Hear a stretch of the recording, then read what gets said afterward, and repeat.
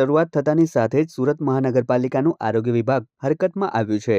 આ ઋતુમાં ખાસ કરીને બજારોમાં ઠંડા પીણા અને વિવિધ ફ્રૂટ જ્યુસ સહિત આઈસ્ક્રીમની ડિમાન્ડ વધુ જોવા મળતી હોય છે।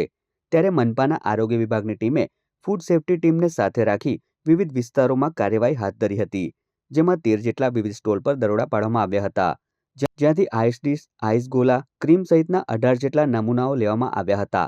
આ નમૂનાઓને પૃથ્થકરણ અર્થે લેબમાં મોકલવામાં આવ્યા છે, જેનો 1 સપ્તાહ બાદ રિપોર્ટ આવશે। તો બીજી તરફ આરોગ્ય વિભાગના દરોડાના પગલે અન્ય લોકોમાં પણ ફફડાટ ફેલાયો હતો।